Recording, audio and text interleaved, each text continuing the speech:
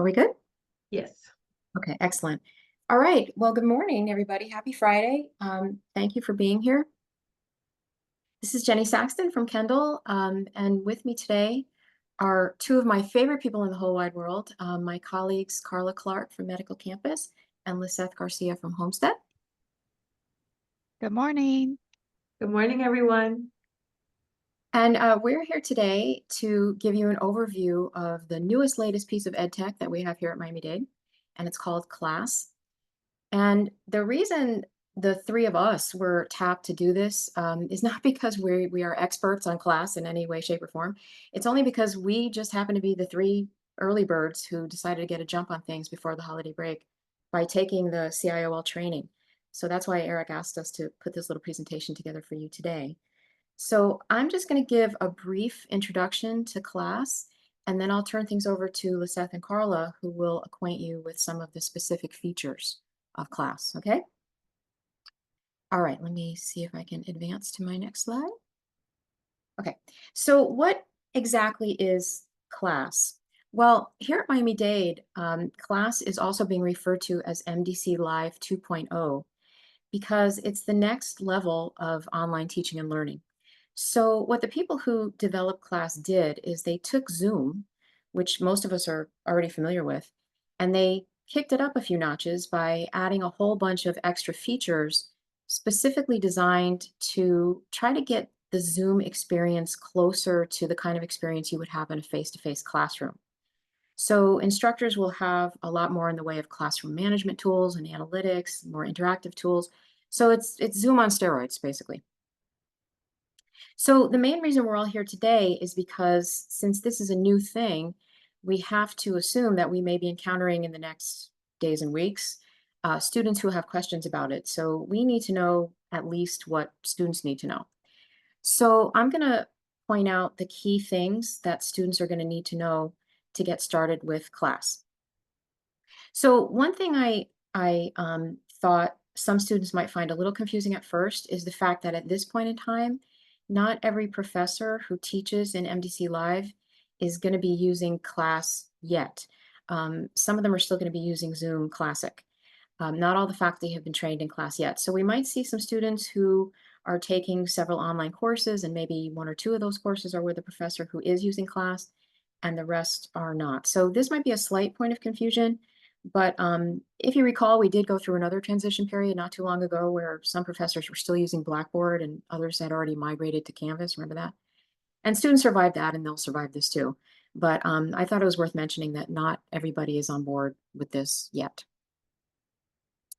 Probably the most important thing to know about CLASS is that in order to attend a CLASS session, you have to have the CLASS software downloaded and installed on your laptop or desktop computer. So students will have to go to mdc.class.com to download CLASS. And incidentally, I was talking to Meredith the other day, and we were thinking that it's probably a good idea to try to have CLASS batch downloaded to all the workstations in the Learning Commons, right? So that may be something you might need to coordinate at your individual campuses, yeah? But if students are using their own machines, they're going to have to download the software. Now, there is a web version of the software, but using the web version is strongly discouraged because there are various features that will not work with the web version. And for that reason, attending a CLASS session on a phone is also discouraged because to have the full experience, you really need to use the downloaded version on a laptop or desktop. So once students download the software and they're ready to attend a CLASS session, it's strongly recommended that they enter CLASS through their Canvas course. So they'll log into Canvas, they'll go into their course, and then they'll see a link to CLASS in the course navigation bar.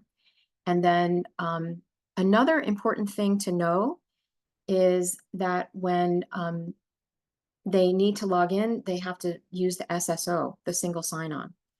And once they click that, they're going to have to know to enter mdc-edu as the company domain. And then at that point, they'll be prompted to sign in with their Miami-Dade credentials. Now, there is a handout for students that explains all of this, as well as a very nice video tutorial that the web development group, which is chaired by Liseth, managed to whip up at the very last second before we broke for the holidays. And we'll play it for you a little bit later on. It's only 1.5 minutes long, and it explains everything. It's really nice. So you can find both of these resources on the student resources page in Canvas, and you can see the URL to that up at the top there.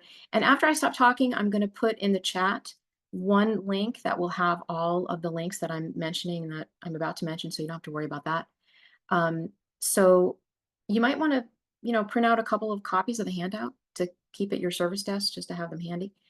And then my last bullet point on the bottom there is that if students need additional support, they can call 237-9800, which is on the handout.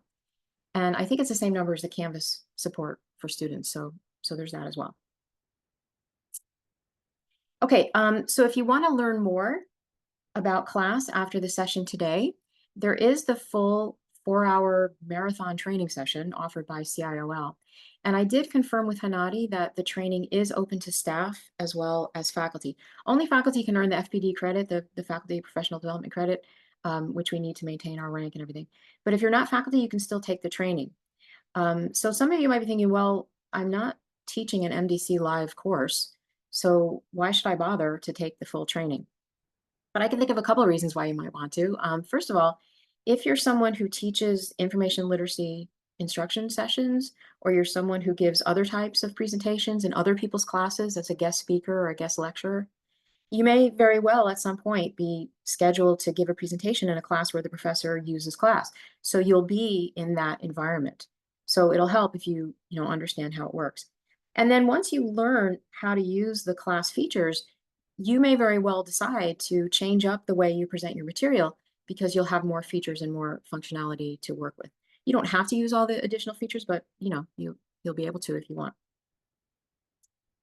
If you're someone who organizes workshops or meetings, you could potentially use class, but remember, there is that catch where you'll have to make sure that whoever's going to be attending your workshop or your meeting knows ahead of time that they're going to have to download the software and then be able to launch it with their MDC credentials. So class might not be the best choice of platform for a workshop or meeting. You might be better off just with Zoom Classic or Teams. But depending on your needs and what you're planning to do, it might be just the thing. So if you're interested in the training, be on the lookout for an email from CIOL. Hanadi did tell me that they're going to be announcing more training sessions very soon. Okay, there is also a recording of a demo that was presented for faculty last August at Convocation. It was presented by the guy who is the CEO of class, who incidentally was one of the co-founders of Blackboard before he founded class.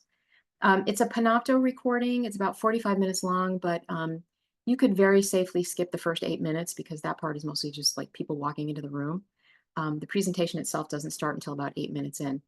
So if you're interested in a bit of an expanded version of what Carla and Liseth are going to show you today, again, when I stop talking, I'm going to give you all of these links. There's also a lot of documentation on the CIOL org in Canvas. The first link you see there is open to everyone. You don't have to log into Canvas to see it. And the second link is a hub of information for faculty. There's not a whole lot on there right now. I'm assuming more and more will be added as more and more faculty start using class. But as you know, as I'm sure you've experienced, there's a lot of faculty out there who kind of think of LR as kind of an extension of CIOL. So if you are approached by faculty who need help with class, you can refer them to this faculty hub or to the class training resources as well.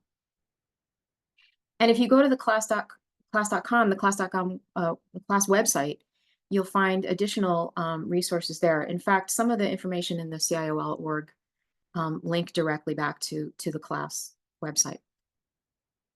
Okay, so that's just kind of like class in a nutshell. I'm gonna stop sharing so I can turn things over to Liseth and Carla so they can talk about some of the specific features of class.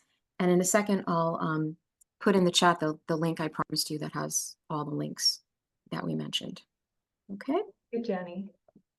All right. Can everyone see my screen?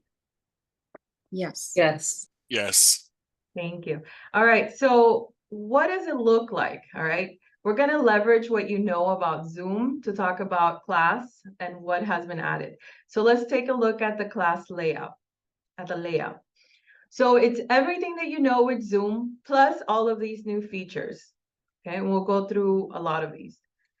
The first thing you'll notice is that there's an instructor podium. So students no longer have to search for the professor in the tiles, or follow his or her voice. The professor will have their own designated location in the screen, so the instructor podium, and they can choose whether, like, let's say you're coming in to do a library instruction or a workshop, they can place you in the podium. I believe they can also do like a second picture. Carla, am I right? Because I've seen it with the sign. Yes. Yes. Yes, that's correct. So yeah, this is a cool new addition, the instructor podium. The next thing is actually really cool and very important, that students notice that there are different tabs. So as the instructor is sharing content, these things will be placed in tabs. So before with Zoom, you would have to share your screen, or you would have one thing at a time and it would be removed. But with class, the student can navigate between the content that is being shared because it's now shown in tabs. So for instance, this very first tab is going to be your classroom tab. If a student clicks on that, you're going to see all of the tiles of all of the people who are in your class, everyone who's participating. This second tab, it has a little paperclip clip icon or symbol. So that tells you that this is a file that the professor has shared, in this case, a syllabus.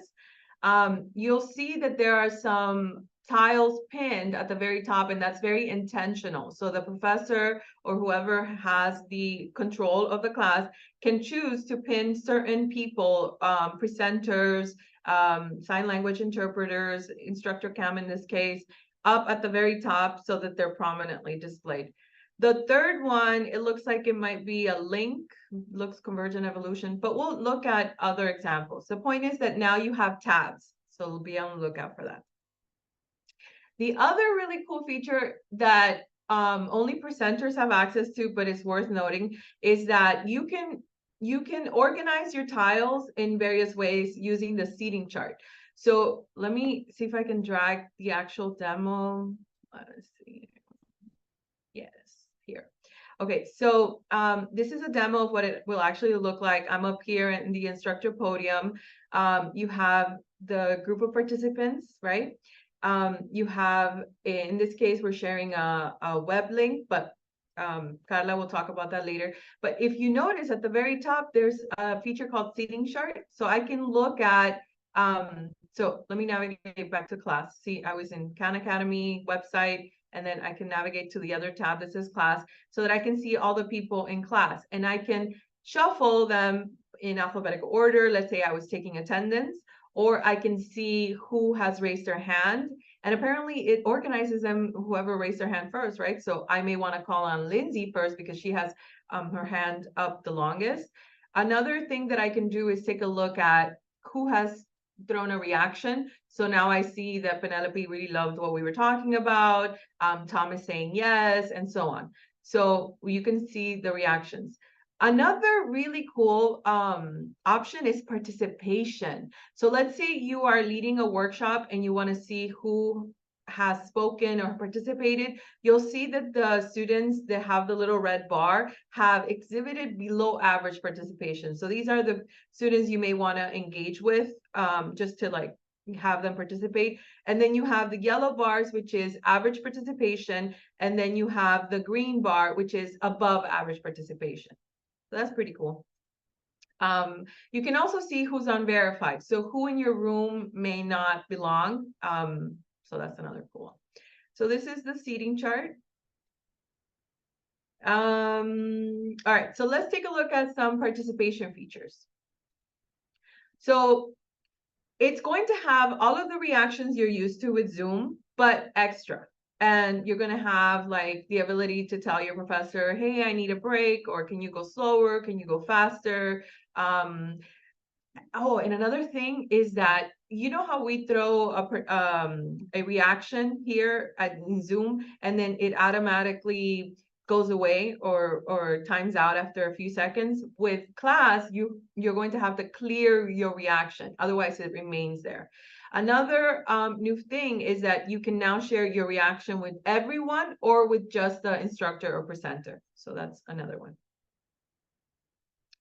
And then your reaction will be displayed on the tile, and it will be displayed on the chat box that tells the professor, everyone who's in the room. So at a glance, they can see who's reacting and who's participating. All right, so this is a really cool one. So those googly eyes, those are going to appear, and only the presenter can see this. This is a loose focus tracking feature. So it shows when you are currently using another application on your computer. So this is a classroom management tool. So if you're delivering a workshop, delivering a library instruction, and then you see those googly eyes next to a student, that means that that student has navigated away from that screen, from the class screen. So yeah, pretty cool. So you can call them back, or you can, or maybe you have asked them to look elsewhere, but that tells you that they're currently using another application on their computer. Pretty cool, right? All right, so another thing that's changed are the breakout rooms. So now professors or presenters have an enhanced view of the breakout rooms. So before with Zoom, you would have to join a specific room to know what was going on, right? Or to participate. Now, instructors will be able to see at a glance what is happening in the rooms. They won't be able to hear what is happening, but they'll be able to see what is happening, what is being shared. However, they can draw conclusions based on the reactions that are appearing on the list of participants. So if they see a thumbs up, if they see a yes, if they see a go faster, or if they see this symbol here on the right with the person with the sound coming, that tells them that that student is speaking. So even though they cannot hear, they can see. If they can't hear what is happening, they can draw conclusions based on those reactions. Another thing they can do is share a file, a video, any content with a specific room or with all the rooms. And they will continue to be able to assemble or assign the breakout rooms either randomly or deliberate, right? So that they are now able to do, and they will continue to be able to do. All right, so in your chat, in your tile, the professor will be able to see a chat bubble. And this is pretty cool because I was looking at the video and they were saying during the training that professors were worried about someone placing a comment in the chat box and it going unnoticed, because let's say you say something in the chat box and then somebody else says something else and it just starts to trickle up, and then you don't catch it. Now the instructor will be able to see that you mentioned something or you said something, and that bubble will be there until it gets acknowledged, until they click on it and they see it like that. So no comment will ever go unnoticed again, which is pretty cool. So that's a new chat bubbles feature. The other one is the private discussion feature. So now, let's say you're shy and you don't want to have a conversation with your professor in front of everyone in the classroom. You can go into a private discussion area and just have the conversation with your professor. So like face to face, you were able to go up to the front of the room and have a conversation that was semi-private, right? No one away from earshot would be privy to it. Now you have a similar feature virtually. So now you have that private discussion area that you can utilize. Any questions so far? All right, so we're gonna turn it over to Carla. She's going to talk about sharing content. All right, good morning. Thank you, Lisette. Let me just get the control of the slideshow, and we'll talk about some of the content sharing features. And again, you still retain all of the tools you're used to in Zoom, but you now have some additional features. So let me go to the next slide. So there are a wide array of learning tools that you'll be able to share. And I just want to reiterate the importance of the tabs. I know Lisette was showing you that when she was talking about the layout, but especially with content sharing. And I know when I took the training from CIOL, this is where I got a little bit lost at first because this is a new idea of having these multiple tabs, and it can stretch the width of your screen. So however much content the instructor wants to share, they can have additional tabs. And then of course the instructor can close these out so it doesn't get too unwieldy. But you do want to look around the tabs at the top. Another feature I like is that all of the instructor can preload all of their content. So they can plan out their class ahead of time and have all of the files in there, all of the links bookmark, and it just makes it really easy to launch new content. So anytime the instructor launches content, it will open in a new tab, and then you can move around among the tabs. Let's see, what else did I really want to mention? And then we're going to go in and look at some of these different types of content. So interactive quizzes, these are really neat because you can go right ahead and have a quiz right within the class dashboard. So the instructor can launch this quiz, and it's going to be for each student an individual experience. So the student can take the quiz at their own pace. Of course, the instructor could set a time limit, but they can move through the questions at their own pace. They're not impacting anything that another student is doing. It's their own experience. And then the grades can sync with Canvas if the instructor wishes to do that. There are a dozen different question types. You have your standard multiple choice, true, false, but you can also do numerical questions. You can do calculated questions, essay questions. So there's a lot of different question types available. And you can also show Canvas content right within class. You don't have to open a new window or anything. So if you already have content in Canvas that you want to launch and share, you can do that right within the class dashboard. Interactive websites. So you can launch websites. And again, what I really like is that the individual student experiences this website on their own. So they have their own unique experience. They can scroll around the website. And again, this is if the instructor allows. You can do like a forced follow where the class has to follow you, or you can allow the student to engage on their own. And, you know, I could see doing this with like our A to Z databases. You could share that and then tell the students, you know, go and explore the business databases. And then we're going to come back and talk about those. So then students could go and open different business databases and then come back for a discussion.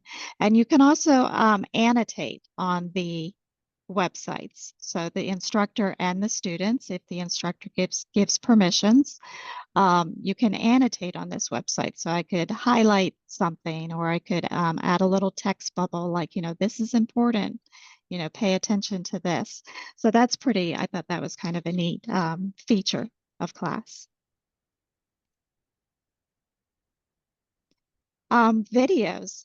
So you can share videos. And again, I think we always come back to this. The great thing is the student controls their own playback. And again, this is up to the instructor because the instructor can force the class to watch the video with them, Or if they want to give like, oh, we're going to take a 5-minute break, watch this 2-minute video at your own pace, then the student can engage with the video at their own pace. They can go back, they can listen again.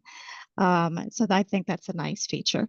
And it does automatically mute everybody when the video starts playing, which I kind of like that. That's nice. Nobody talking over the video. The whiteboard, there's a lot of additional features with the whiteboard. I think this is amazing and kind of, I know Lisette mentioned it, but the instructor could launch the whiteboard to the entire class. They could launch it to breakout groups and just have each breakout group have their own whiteboard, or even launch a whiteboard to individuals in the class. And it has, all of the different symbols for math, science, languages. So you have all those tools available. It automatically saves the whiteboard.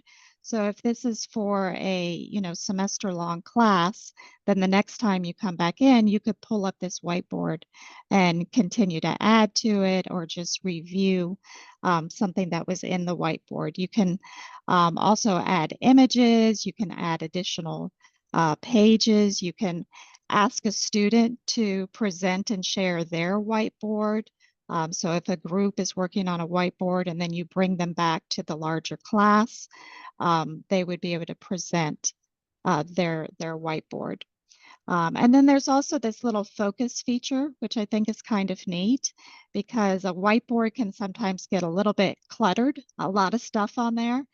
And so, if we were doing these math problems and I was like, okay, let's focus on number 3. I want the entire class to just kind of ignore everything else and we're going to do number 3 together.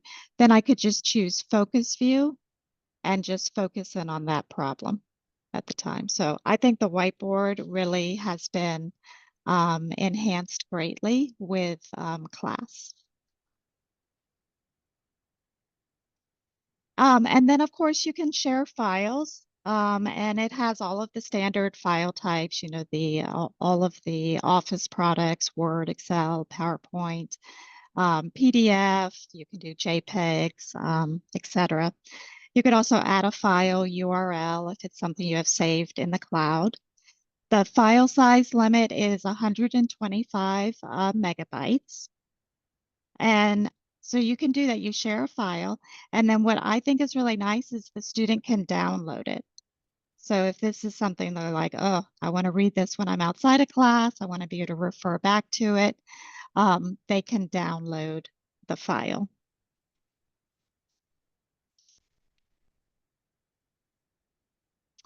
And then there's also notes. Class does an automatic transcription of everything that takes place during the class. And again, this is if the instructor allows this feature, enables the feature of transcription. But it will transcribe everything. So any web links that are shared, anything that is said, anything in the chat, it will transcribe it. And in addition to that transcription, a student can add their own individual notes. So they can add to that with their own notes. They can highlight something that they want to, focus on and remember this is important. And then they can download it. And they can download the notes and they have it right there. So really it's to try to keep them in the class dashboard and discourage them from wandering off to another screen and getting the big googly eyes next to them. So they try to put everything here within class, so you really don't have a need or a reason to wander away from it.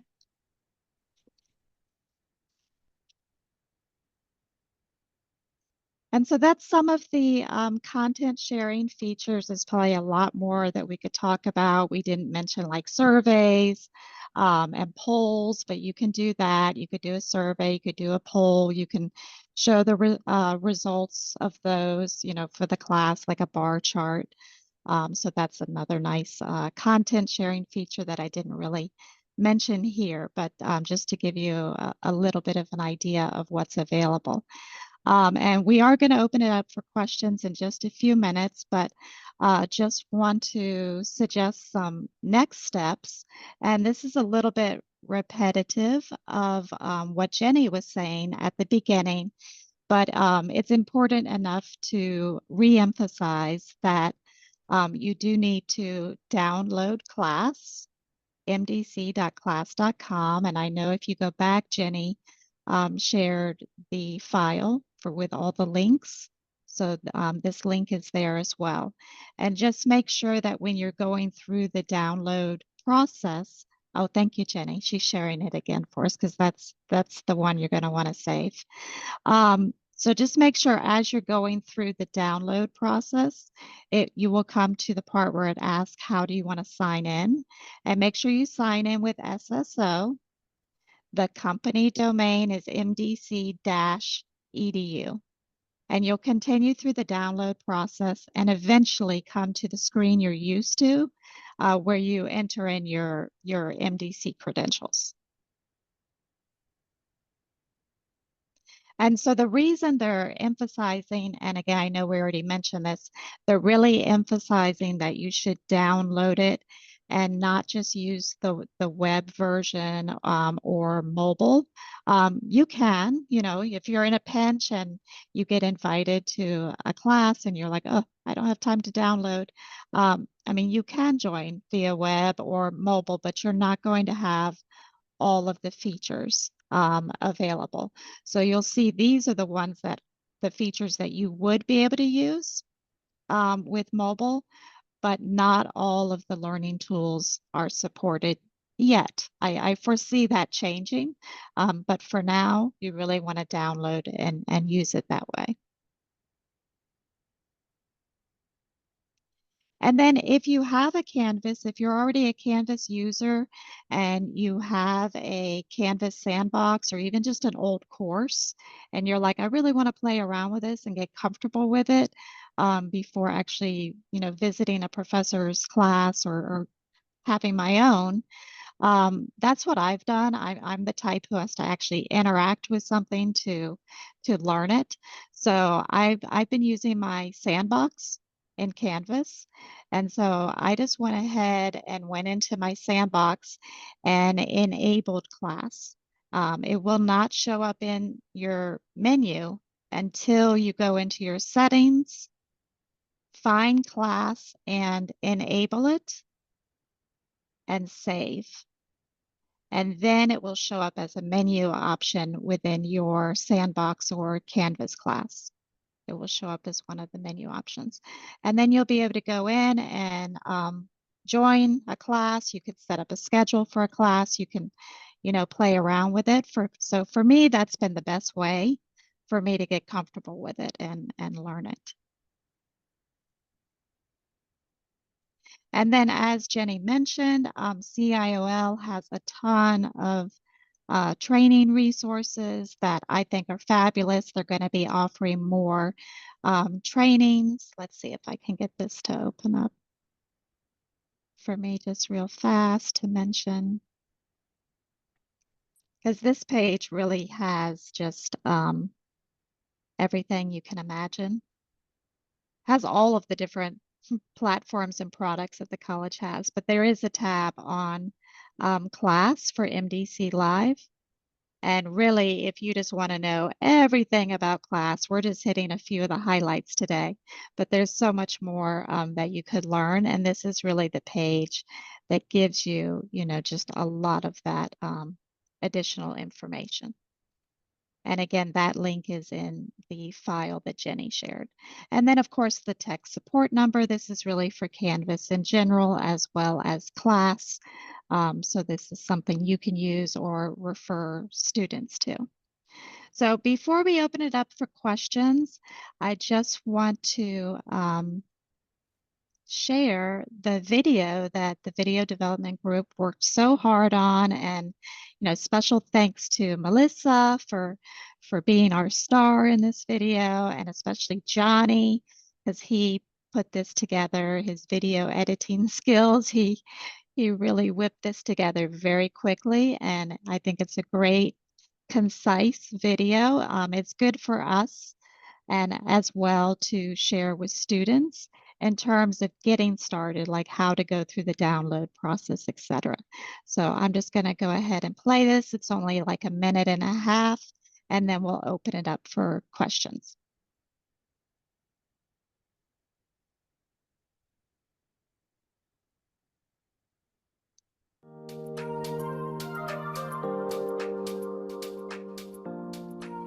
Are you prepared for class? Class is the next generation virtual classroom. Your MDC Live professor may use class. Here are some tips to get started. First, go to mdc.class.com. Next, click the download button located under the Download the latest version of class section. The download will automatically be saved to your computer. Locate the file and follow the installation wizard. Once completed, launch the class app. Click on Sign In, then click on the key icon to choose SSO as the sign-in method. Enter mdc-edu as the company domain and click Continue. The Miami-Dade College sign-in page will open. Enter the student credentials to log in. To join your class meeting, navigate to your MDC Live course in Canvas. From the course navigation menu, select the class tool located on the left navigation bar, then locate the live session and click the launch button.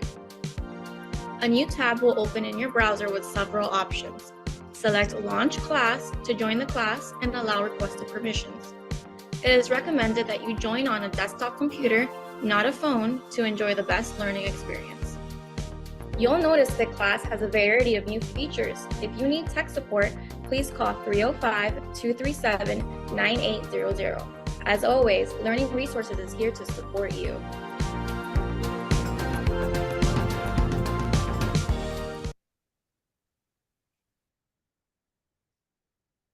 All right, great. So I hope you enjoyed that video and our brief presentation, just highlighting some of the features. There's a lot more. And again, I just encourage you to download it, try it out for yourself, play around with it. So if you are invited to an MDC Live class for tutoring or to do a library instruction, that you'll have some, familiarity with it.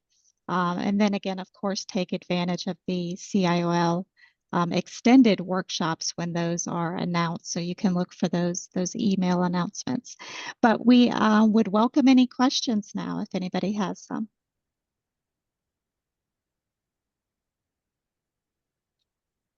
Or just tell us, what do you think of it? What do you think of class? Are you curious? Do you like it? Do you prefer to stick with Zoom? What are you thinking?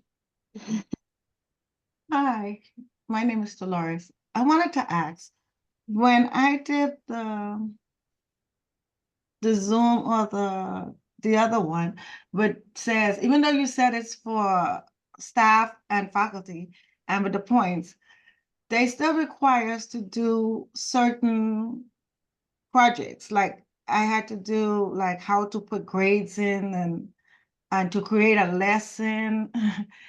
Even though it's for faculty, is that included in the process just for staff also? I think are you referring to the assignment at the end of the CIOL workshop? In the whole project, I had to, yes, in the CIOL workshop for Blackboard and for Spinato, because I did them all. Oh, okay. And they were required for faculty, but staff, we were required to take it too. But Yes. as staff, say like, do we have to do those whole process that the faculty did in order to complete the program? No, you do not. That's so that faculty can get professional development hours. So we are required to complete a project at the end of CIOL workshops. But I mean, you certainly can if you want to learn more and do the activity and project, but it's not required to get a completion. Is that correct, Liseth? Yes, that sounds right. And I think for this particular workshop, there wasn't any assignment afterwards. They just had people doing like little activities during the training. So, once everybody finished the 4 hours of the training, everybody was done. Oh, okay, thank you. You're welcome. Roger, Any other comments or questions? Roger, you have your hand up? Yes, thank you. And thank you so much for this presentation. And I'm excited. I can't wait to start using it as an adjunct myself. I definitely welcome this change because I have to admit that Zoom was getting kind of stale. So I'm glad that we have something else with new features. My question, and so thank you again for this presentation and giving us a little sneak peek into what's coming. My question though is, you mentioned at the top of the conversation the access to student handouts. Are they currently available now? We can download them and have them printed?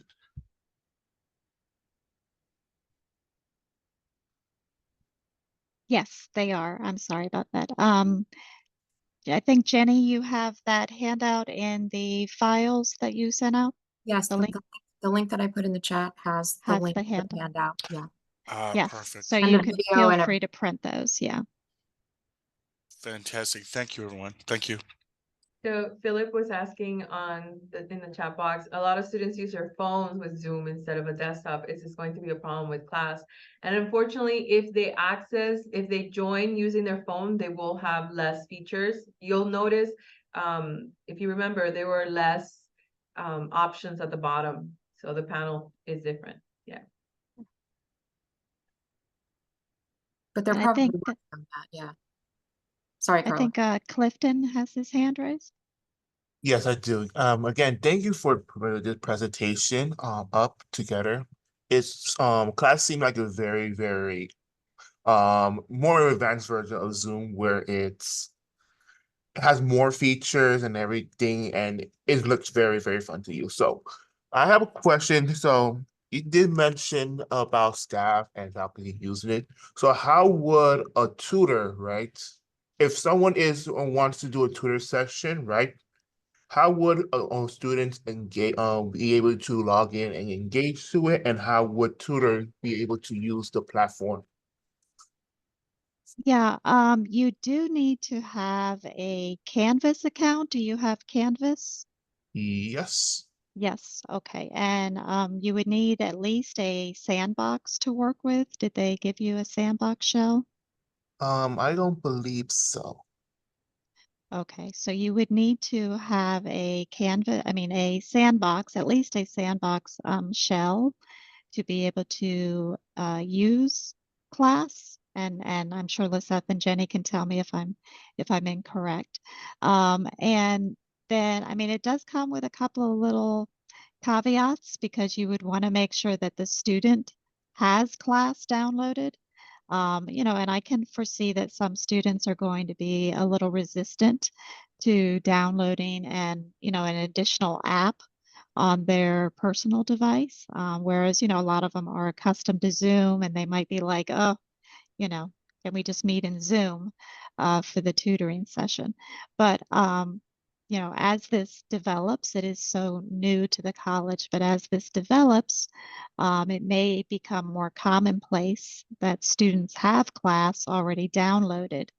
But my understanding, and I'm going to turn to Jenny and Lisette to clarify, is that you need to have Canvas account and you would need to have at least a sandbox to be able to set up a session for the student to join you.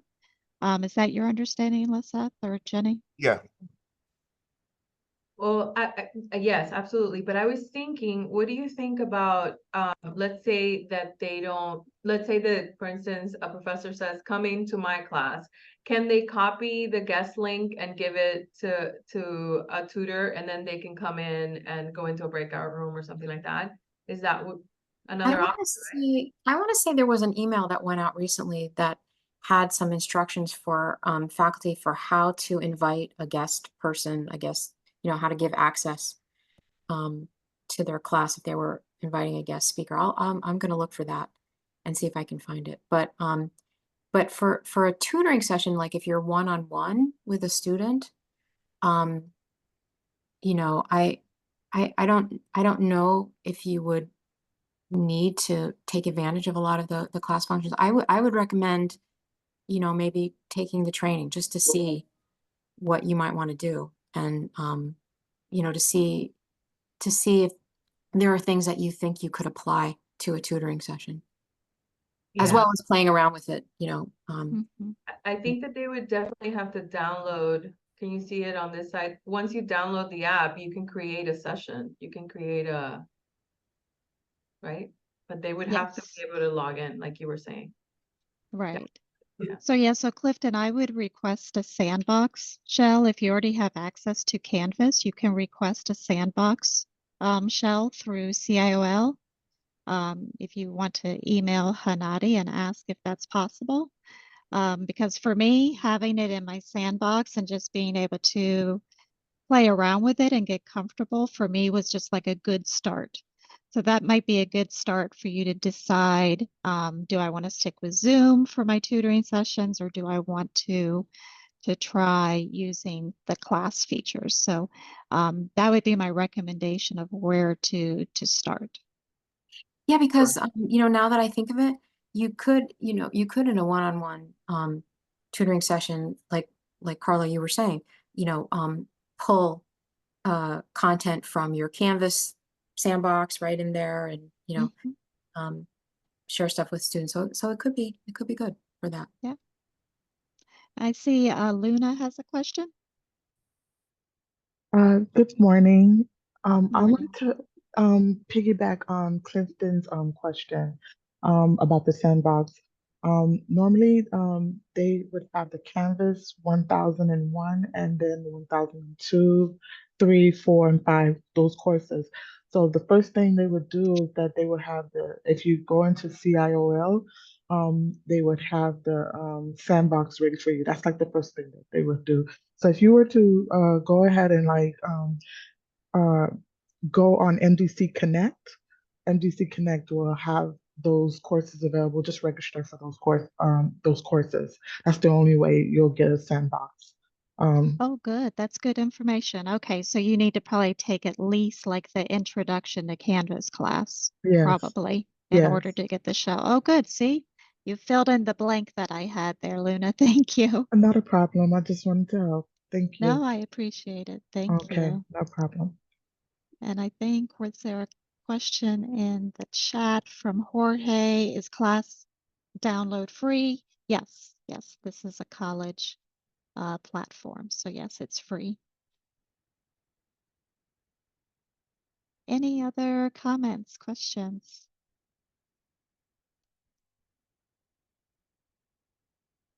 All right, great.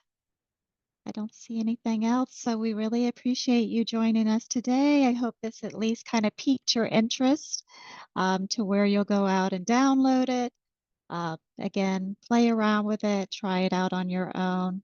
And for now, this is just being implemented or rolled out by the college for MDC Live classes, and only certain faculty within the MDC Live modality have elected to use class. So this is starting small, kind of like a pilot program, and the college will evaluate how it went. And then, you know, the possibility it could open up to additional teaching modalities. So it's something for us to, you know, pay attention, be familiar with, and not be surprised if you get invited by a professor to visit their class and they're using class. You'll have some comfort level. Anything else, Lisa or Jenny? I can't think of anything else, but this presentation was recorded, so we can share that with you at a later time. Thank you so much, everyone. I'll stop it Thanks. now. Have a good day. Enjoy the